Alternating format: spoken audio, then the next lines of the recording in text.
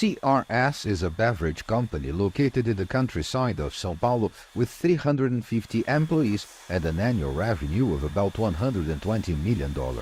In 2023, drinks produced at their plant were a part, albeit small, of Brazil's record exports to China, which surpassed $100 billion. Brazil had never exported so much to a single country before. Conhecendo o mercado, são poucos parceiros, são poucos. We are getting to know the market. There are few partners, few products, and the volumes are small. But the idea is to continue expanding our customer and partner base, because the market is huge, right?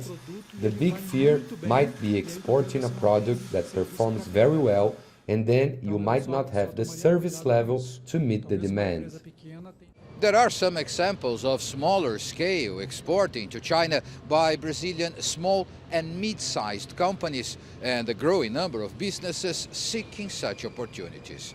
However, at present, the vast majority of Brazilian exports to the Chinese consist of mineral and agricultural commodities produced by large-scale operations. Brazil exported a total of $105.75 billion worth of products in all to China last year, about 16.5% more than 2022, and those sales totaled about 30% of Brazil's total global exports. The main goods exported to China, about 86%, consisted of soy, oil, iron ore, beef, and cellulose. Soybeans went up by 36%.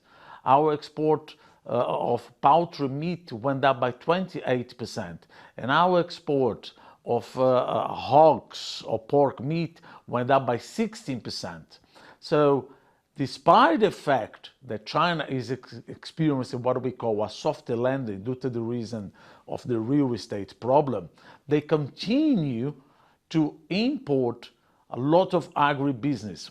This official from the Development Ministry says there is much room for further growth, but points out that work needs to be done on both sides to fully achieve it. There's a lot of room for us to increase the participation of Brazilian companies in the Chinese market. And for that to happen, there is a need for more participation of the private sector of Brazil in these efforts to get to know the Chinese market. But in addition to that, there's work for us to do with the Chinese government to reduce barriers to trade, to facilitate trade.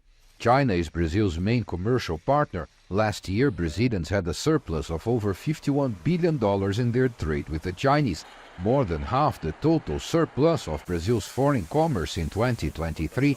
It's a beneficial relationship for both countries, and both suggest they want to see it grow further in the coming years. Paulo Cabral, CGTN, Santos, Brazil.